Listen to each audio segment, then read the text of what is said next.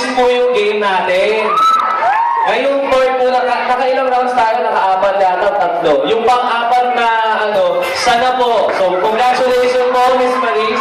Ikaw na po yung nanalo. Okay, so hindi ka po namin sinet up.